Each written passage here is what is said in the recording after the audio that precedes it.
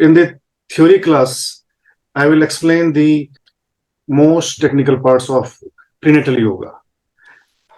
And for Mamtaji, that will not be so difficult to understand because she already knows about pregnancy and the cases and different phases.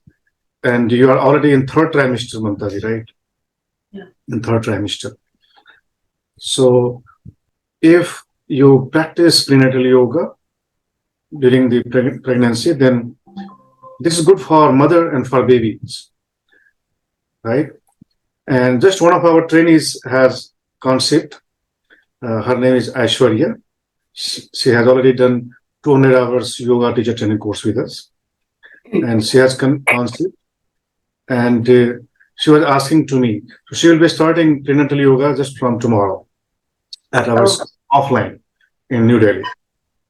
She was asking me that what is the difference between prenatal yoga and Garbhadhan Sanskaram? Garbhadhan Sanskar. Garbhadhan. Yeah. Garbhadhan Sanskar. So I replied to her, and I want to explain here what is Garbhadhan Sanskar and what is prenatal yoga. Prenatal yoga is actually a kind of sanskar, samskara, garb sanskar. This is one of garb sanskars. Sanskar is a ritual. Sanskar is a ritual, and like in Hinduism, there are some samskaras, right from Garbhadhan sanskara to the last samskara. So when we are conceived, this is also kind of samskara. And here you have to understand what is samskara. Samskara is formation. Technically or literally, this is translated by Max Muller as formation. Formation. Formation means your mental formations or mental habits. That is called habits. This is a kind of habit or energy. Samskara is translated by Max Muller as habit energy. Habit energy. So when you conceive, then you have conceived an energy, right? You have conceived an energy, a soul. And your emotions, your mental states, your lifestyle affects your baby during the entire pregnancy phase. So during pregnancy, you should think good, you should, act good, you should feel good. All these things will create good samskara. Samskara has also two types, negative and positive samskara. Okay. Habit energy. This is habit energy or energy of habits, you can say. You can say energy of habits also, right? So samskara is actually the habit energy. Everyone has unique samskara. Everyone has different samskara. But there are some common samskaras. Whatever you are thinking during pregnancy, that affects your baby. Therefore, you should always think good. And you should practice meditation. When you practice meditation, then that will create very powerful and positive impact on your baby and on your health also. Not only on your baby, but on your health also. Any mishappenings, any miscarriage or mishappening happens definitely because that is connected with law of karma, right? Law of karma is one of natural laws, and law of karma overrides lots of things. That overrides your precautions, that overrides your certain, all the arrangements. The law of karma is very powerful. That overrides all these preparations, everything. And law of karma is very vast thing. So actually karma overrides everything in spite of your regular checkup, in spite of your health. Sometimes if mishappening happens, because that was the karma. That was karma which did not let that happen. So in yoga, karma plays a great role. And there was a chapter in karma yoga, right? Mamtaji, if you remember, karma yoga. Karma eventually overrides everything, but still we have to take precaution. We have to take care of everything. We have to take care of everything. We have to practice yoga in very technical way. Like Mamtaji, when you contacted me, you're telling me that you're doing all types of asanas. Although you're pregnant, but you're doing all asanas. And you were not feeling any uneasiness or any discomfort because you have already been practicing yoga at least for last 1 or 2 years, right? Yeah. So when you practice yoga regularly, then your body is adaptable, your body is stronger. Then your body is not like normal people. Your body is extra flexible, extra stronger. So that can deal with even difficult asanas also, difficult postures, difficult situations during pregnancy also, right? Because you're practicing yoga, and yoga practitioners, their bodies are very flexible, and their immunity, their internal health are very stronger than others. Okay. My focus is that in pregnancy yoga also, you can practice all the asanas except few asanas. In pregnancy yoga, there are some asanas which are strictly avoided. Always remember, right? Which are strictly avoided. And this is very common. Like any asanas on abdomen, every asana, all the asanas on abdomen are avoided. What you call pronasanas. Pronasanas. When you are lying down on your belly and you are doing, right? Like Bhujangasana. Bhujangasana is avoided. Dhanurasana is avoided. Salavasana, locust posture. That asana is avoided. And Matskirasana. These are all practiced lying on belly. Right? Okay. So all these asanas are strictly avoided in asana because in yoga there are different tools of yoga. In pregnancy yoga also. Whether that is pregnancy yoga or hatha yoga or ashtanga yoga or kundalini yoga or any type of yoga. But you practice yoga, right? And yoga is always good. And yoga has some components like diet. Diet is one of essential components of yoga. What you call aha. If you remember, Mamtaji, there are 6 keys of yoga, right? You had learned in 200 hours. 6 keys of yoga. First is drishti. Drishti is 1 key. Second is asana, postures. You practice postures. Normally, people understand yoga as just postures, right? But yoga has 6 keys, 6 essential components. First is drishti, second is asana, and third is pranayama, breathings. Okay, so breathing is also important tool of yoga, right? And then meditation. Meditation is dhyana. Dhyana is 4th tool of yoga. Okay, and 5th is relaxation. This is called shithilikaran in Sanskrit. And in English, this is called relaxation. Relaxation is also part of yoga. So if you are just practicing asanas, and you did not practice relaxation or yoga nidra kind of things, then you will lose the benefits of yoga. You lose the complete benefits of yoga. Okay. So relaxation is also essential component of yoga. And then 6th, diet, ahar. What you call ahar. So these are 6 keys of yoga, 6 components of yoga. Okay, but still there are many other components. So your drishti, when you practice different asanas, or even when you don't practice asana, where your eyes are focused, that matters. Then asana, posture affects. And in pregnancy yoga also you practice all these things. But in addition to these 6 components, there are other components like bandhas, lock. Lock is also part of yoga. And in Kegel exercise, when you practice Kegel exercise, then you practice a lock, bandha. That's called Mula bandha and Uddiyana bandha. Uddiyana bandha is practiced mainly, not Mula bandha. Mula bandha is also practiced, but mainly Uddiyana bandha. Uddiyana bandha will help you deliver your baby. That helps in childbirth. And also in 3rd trimester, you practice Uddiyana bandha. Right? In 3rd trimester, you practice more Kegel exercise. Okay. So this bandha in English is called muscular lock. And Bandha is practiced in Hatha Yoga, in Kundalini Yoga, in pregnancy yoga also.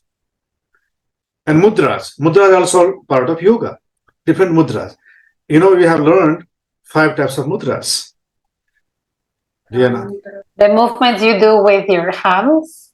Mudra. Yeah. Hasta. Hasta is first. So Hasta mudra is when you practice hands or mudra, like this is mudra, Hasta mudra. Right?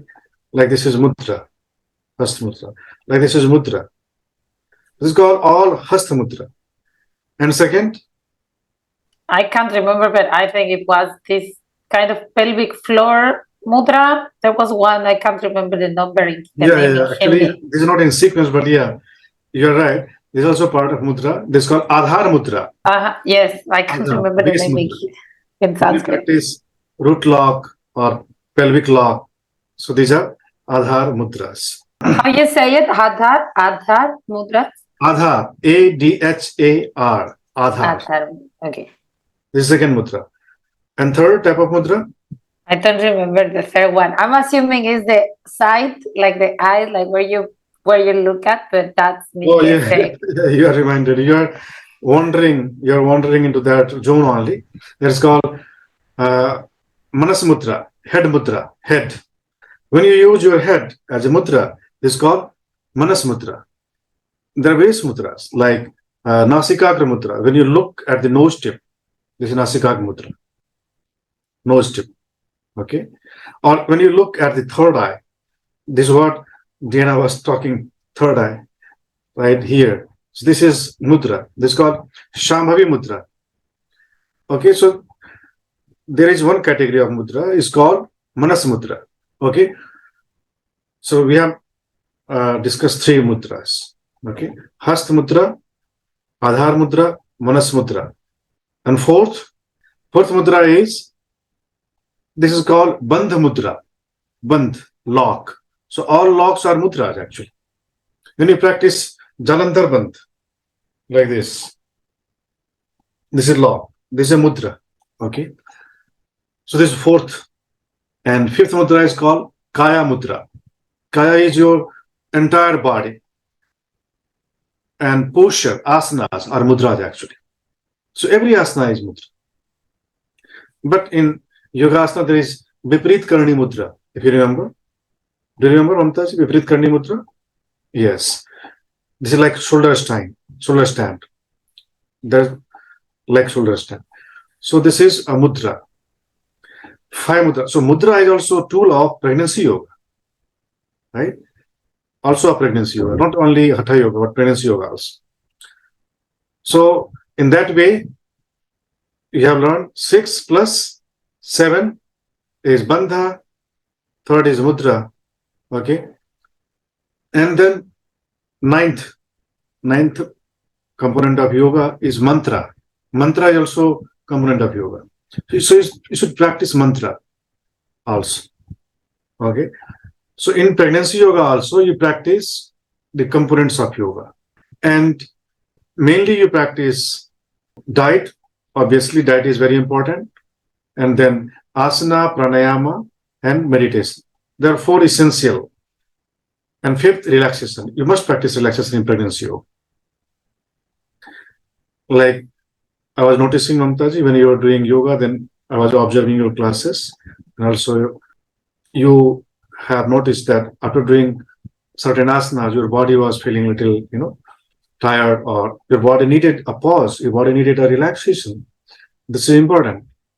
Not just doing. You have to give relaxation also after doing certain postures.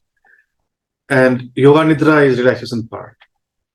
So in pregnancy yoga, I will teach you a specific meditation also. There is golden thread meditation or golden thread breathing exercise also. And there is specific meditation in pregnancy, where you connect with uterus, where you connect with baby, where you connect with yourself, where you connect with the universe, right? So meditation is also very important part of prenatal yoga. So in my classes, I'll be explaining the theory parts and whatever are due to cover. But the most important thing you have to remember into the entire pregnancy is there are certain postures to be avoided are abdominal asanas. This is first thing. Second, all the deep twistings which contract your belly. You have to avoid those asanas. You can do gentle twistings like, you're doing gentle twisting. This is good for your spine because you have to keep your spine flexible. You have to keep your torso also flexible. But you have to avoid the deep twisting asanas. Like Ardha Chandrasana. Ardha Chandrasana is very deep twisting. But you can practice Ardha Chandrasana in modified way. What you have already covered, right? And the asana practices, while doing asana practices, you have to be very mindful of your body, of your entire body, but mainly of your abdominal area. Mindfulness is very important part of prenatal yoga. This is most important part of prenatal yoga. You are not taught to be so mindful in hatha yoga practice, but in pregnancy yoga, you are reminded to practice mindfulness. That's why in every asana I have mentioned mindfulness on what part, where, right? And you have to be mindful of your around belly area and then your joints. You know that because of the relaxing hormones, your joints become very flexible, which is very important for delivery. So, but there are some side effects of that your joints becomes vulnerable. So you have to be very careful in joints. Okay. And in one more thing you have to be mindful of asanas while doing prenatal asanas, like balance. You have to maintain the balance. Although you are pro practitioner of yoga, but while doing balancing asanas, take support of the wall. Okay, take support of the wall. Like doing tree posture, doing Natarajasana, doing warrior 3 posture. Warrior 3 is also balancing asana. While doing balancing asana, you will take support of something. You cannot afford to be, careless. So this is always to be safe. Okay. So these are the common practices. You have to always remember for yourself and also for your students in pregnancy. You have to avoid these things. These are alarms. These are the red zones you have to avoid. Now, trimester wise, first trimester, second trimester, and third trimester. First trimester, naturally, that passes. When you notice, then you are already in second month, right? Then there is only third month. And normally people start yoga practice in second trimester. But some start in first trimester also. But the yoga practitioners, they practice yoga since conception. But normally, people who come to you to learn prenatal yoga, they come to you in second trimester.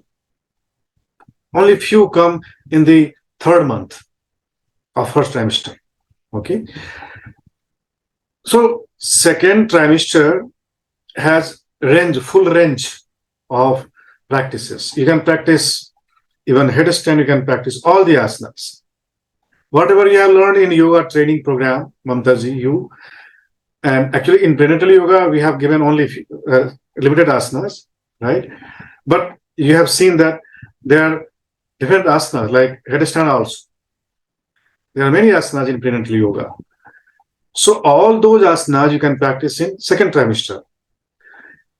If your body allows, then, and for sure, your body won't allow to do all the asanas in third trimester, although you're doing all the asanas in second trimester. So slowly, your belly size will be increasing, and that will inhibit you to do certain asanas. But so long you are comfortable, you can practice the asanas. So this is the common rule, golden rule of third trimester yoga. What? Practice all the asanas, but being attentive, being mindful, and your body won't let you practice some asanas, then that is okay. Okay. And in third trimester, also in first and second, we focus on the hip opening asanas. All the yoga asanas or prenatal yoga are more focused on hip opening, hip opening asanas. In third trimester, you focus more on, Kegel based asanas like Baddha Konasana. Baddha Konasana is very helpful in third trimester. Baddha Konasana and very, very gentle butterfly, not normal butterfly. This is different. You are sitting in Baddha Konasana and slightly you can move to, activate your hip joints. Okay. And in third trimester asanas, we have already mentioned what asanas you can practice. But you have to focus on hip opening asanas and like Baddha Konasana and other asanas, which we have already covered. And more importantly, in third trimester, you have to practice breathing exercise and meditation. Breathing exercise. So train your body to breathe adequate oxygen, right? And third thing is hip opening asanas, selective hip opening asanas. Second is breathing exercise, okay? And third is the bandha practice. You should practice bandha practice, Uddiyana bandha practice. That is part of Kegel exercise actually. So you should practice, but that would be very gentle, the pelvic floor, contraction and expansion, normal and attentively, okay? And fourth, meditation and relaxation, fifth, relaxation and diet. Actually, in the manual book, I have given the diet also, diet chart. So these are the very basic and essential parts of third trimester prenatal yoga. Okay. So in prenatal yoga also, trimester wise, that's change program. So you have to see if you're pregnant, then you have to see your face, and according to that, you have to practice. And in your student's case, you have to teach the same thing. Okay. So far, any question? Sir, in Bandha, Jalandhar Bandha means throat lock. Yes. Uddiyana Bandha means abdominal lock, right? Yeah, abdominal lock, lower abdomen. And Mula Bandha means Kegels, what we do. Yeah. Anal lock and the private part contraction. So, in third trimester, we should do abdominal lock or Uddiyana Bandha we should do. Or... Yeah, in Uddiyana Bandha, there are different forms of doing. One Uddiyana Bandha is where you contract your entire abdominal area. This is complete Uddiyana Bandha. And in pregnancy yoga, Uddiyana Bandha, you make the, the pelvic floor, the lower abdomen, below the navel point, even more bottom of your that. You practice, this is like, this is called also Sahajoli Kriya. Sahajoli Kriya is contraction of your private part. It's called Sahajoli Kriya. So you are practicing very gentle, not the abdomen, because even in second trimester also, you don't practice the abdominal lock, bottom, where you contract the muscles around that area, right? So Uddiyana Bandha has different forms. So in pregnancy yoga, there are different Uddiyana Bandha, not the normal Uddiyana Bandha. Not the normal. Is clear or still confusing? No, I got it. Yeah. Mula Bandha and prenatal Uddiyana Bandha. Okay. And you take relaxation, you practice meditation, you practice breathing exercise, pranayama. So you can practice pranayamas in third trimester also. And meditation, you should practice meditation.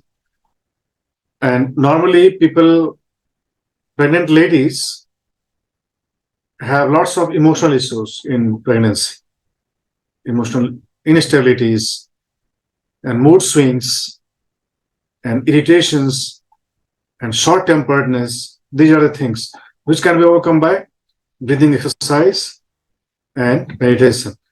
But yogasanas are naturally very powerful.